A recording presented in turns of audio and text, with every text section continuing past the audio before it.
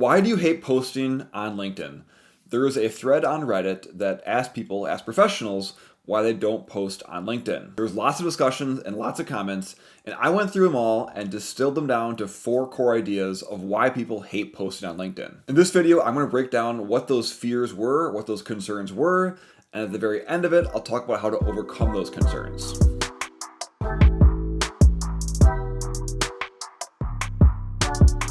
If you like today's video, be sure to like it, smash that subscribe button so you don't miss future content. If you have any questions or comments, leave them down below. We personally respond to them and we love talking to you. One of my favorite things to do is to go onto message boards and forums and see people talk about social selling, see them talk about content marketing, and learn from their perspective why they don't do thought leadership content. I find in the message board format or on social media sites like Reddit, you get a more raw, unfiltered version of what people think of the process. And as I work with customers and I work with business owners and leaders and try and encourage them to go online and post and be that favorite teacher, build that thought leadership practice up, a lot of times I run into the same concerns that these anonymous users on people like Reddit have. So it's helpful for me to go onto platforms like this and understand that mindset so that I can better coach people so they can ultimately reap the benefits of doing a good thought leadership practice. So like I said in the onset, there are 4 main themes that I kept seeing coming up again and again in all of these comments. So let's break them down. So reason number 1 is simply the cringe factor. People on Reddit think that a lot of the content they see on their LinkedIn newsfeed is people showboating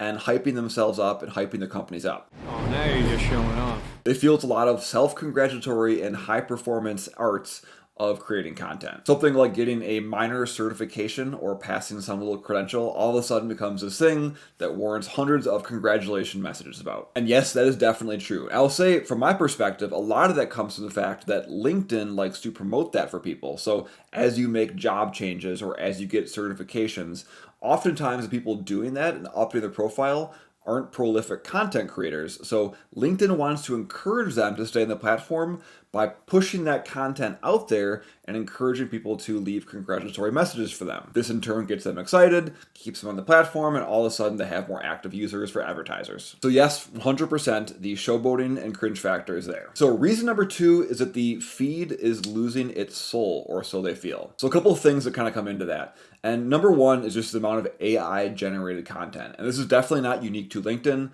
Almost every social platform has it, and ironically, Reddit has a lot of AI-generated content. What they're seeing on LinkedIn is posts that are either explicitly written by AI, or you can just tell by the way it's formatted that the person did it, put a simple prompt into ChatGPT, copy and paste it, and hit publish. This AI saturation is definitely a problem and is something that'll only get worse. So I definitely agree from a LinkedIn newsfeed perspective, that is taking away some of the soul or essence of it. But beyond even that, there's just the echo chamber factor. All I'm getting in here is echo, echo, echo. A lot of people complained they kept seeing the same thing again and again, the same topics coming up again and again, people just agreeing with each other, and no one's really saying anything unique or of a strong opinion. They saw people's interactions more as playing the algorithm and less of having a discussion. And finally, there's just the toxic positivity that comes on the LinkedIn newsfeed. A lot of people are humbled to be awarded, and they're talking about all the great things that are happening in their life and in their business and what they're accomplishing. Hey, is that a hybrid? Oh yes, you've got one too, I see. Yeah, I like to be a part of the solution and not part of the problem. Well, anyway, good for you. Thanks! People feel it's like kind of a spot where you're not allowed to have a bad day. And even if you are having a bad day and you're posting about it, there's some sort of humble algorithm in play to what you're doing. All of these things combined basically make it so that the LinkedIn newsfeed doesn't really have much of a soul anymore, and it kind of just feels like a spot for AI-generated toxic positivity. Thanks! Reason number 3 is that people feel like there's not an ROI for creating content. So a lot of users commented that they feel like they're shouting into the void, and as they put content out there, it doesn't have a very long shelf life. So they'll spend all this time, create this content, it goes live, they get 3 likes, and then nothing happens. Those commenters mentioned that this process of creating content and having no engagement left them demoralized and made them feel like there was adding more noise to an already noisy LinkedIn feed. And finally, number 4 is people fearing that high-stakes judgment that comes with tying your professional life with a social media platform. So a number of people mentioned that unlike Reddit or on X, where you can have an anonymous handle, on LinkedIn it's directly tied to you and your professional life. So as you create content, your professional peers are going to judge you. The users mentioned things like recruiters or their bosses looking at their content, potentially judging them on it, or even getting in trouble for the things that they're saying. And of course, any kind of vulnerable content, like admitting a mistake you had or a challenge you have, could be used against you when it comes to your professional life. And I can tell you, working with our clients, this is definitely true, that people are afraid of that, especially in certain industries where there's a lot more regulatory things or just general ways of how people network,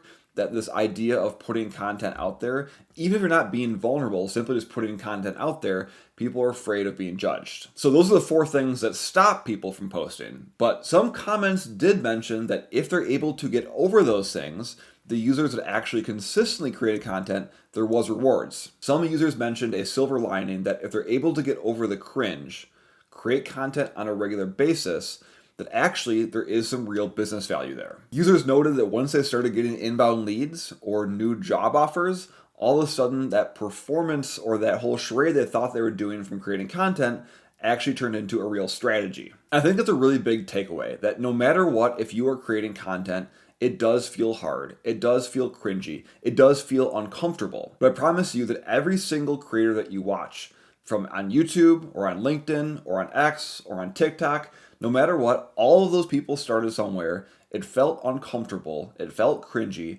but those that actually stuck with it, refined their voice, made it human, made it personal, those are the ones that got the rewards. If you just stick your toe in the water and it's cold, you're gonna say, I don't like that pool, it's too cold for me, I don't like it. Maybe I don't want to swim anymore.